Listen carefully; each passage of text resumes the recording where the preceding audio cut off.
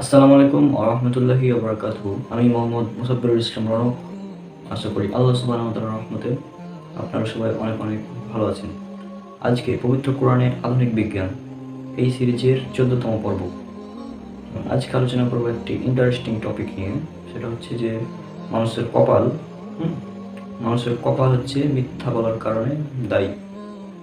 অর্থাৎ মানুষ যে মিথ্যা কথা বলে এর জন্য দায়ী হচ্ছে মানুষের কপাল বা সামনের মস্তিষ্ক বা মস্তিষ্কের সামনের অংশ।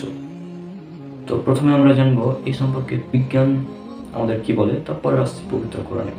রিসেন্টলি একটি গবেষণা থেকে জানা গেছে যে মস্তিষ্কের সামনের অংশ মিথ্যা কথা বলে। এই গবেষণায় দেখা গেছে যে মস্তিষ্কের সামনের অংশ অর্থাৎ টার্সো ল্যাটারাল প্রিফ্রন্টাল কর্টেক্স নামক একটি অংশ দায়ী, এবং এই অংশটি রয়েছে মস্তিষ্কের একদম সামনে, অর্থাৎ আমাদের কপাল যেখানে রয়েছে সেখানে রয়েছে এই অংশটি। যুক্তরাষ্ট্রের ভার্জিনিয়ার টেক করেলিয়ন রিসার্চ ইনস্টিটিউটের গবেষক লুসা ঝু বলেন, গড়পড়তা মানুষ সাধারণত মিথ্যা অপছন্দ করে এবং এড়িয়ে চলে, কিন্তু যাদের ডার্সো ল্যাটারাল প্রিফ্রন্টাল কর্টেক্স ত্রুটিপূর্ণ তারা খুব সহজেই মিথ্যা কথা বলে। এবং আরও একদল বিজ্ঞানী এটাও প্রমাণ করেন যে মস্তিষ্কের এই সামনের অংশটি মিথ্যা বলার জন্য দায়ী, অর্থাৎ যাদের ডার্সো ল্যাটারাল প্রিফ্রন্টাল কর্টেক্স ত্রুটিপূর্ণ তারা মিথ্যা কথা বলে। তো আমরা এখন দেখব পবিত্র কোরআনে এই সম্পর্কে কি বলা হয়েছে। আসুন দেখি এবার কোরআনের মিরাকেলটা। আল্লাহ সুবহানাহু ওয়া তাআলা পবিত্র কোরআনে বলছেন, এটা উল্লেখ করা আছে সূরা আলাক সূরা নম্বর 96 আয়াত নম্বর 16।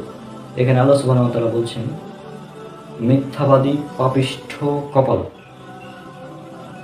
জাস্ট একবার চিন্তা করুন, মিথ্যাবাদী পাপিষ্ঠ কপাল, অর্থাৎ আল্লাহ সুবহানাহু ওয়া তাআলা এখানে বলছেন মানুষের কপাল হচ্ছে মিথ্যা বলার জন্য দায়ী, অর্থাৎ মস্তিষ্কের সামনের অংশ, অর্থাৎ যাদের ডার্সো ল্যাটারাল প্রিফ্রন্টাল কর্টেক্স ত্রুটিপূর্ণ বা এই অংশটি হচ্ছে মিথ্যা বলার জন্য দায়ী। এছাড়াও মানুষ সাধারণত সত্য কথাই বলে, তবে মিথ্যা বলে যখন তাদের ডার্সো ল্যাটারাল প্রিফ্রন্টাল কর্টেক্স যেটা রয়েছে একদম কপালের এখানে, সেটা হচ্ছে মিথ্যা কথা বলার জন্য দায়ী। একবার চিন্তা করুন, জাস্ট আজ থেকে 1400 বছর আগে এই তথ্যটি কে বলতে পারে যে মানুষের কপাল মিথ্যা বলার জন্য দায়ী? Just amazing.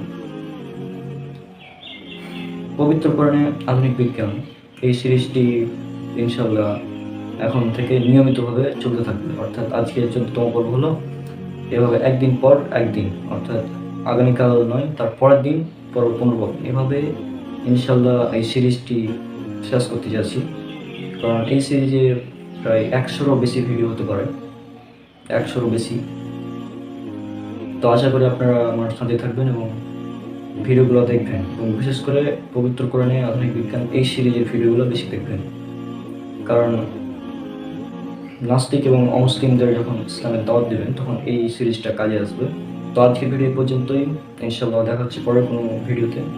আল্লাহ সবাইকে শান্তিতে রাখুন। আসসালামু আলাইকুম ওয়া রাহমাতুল্লাহি ওয়া বারাকাতুহু।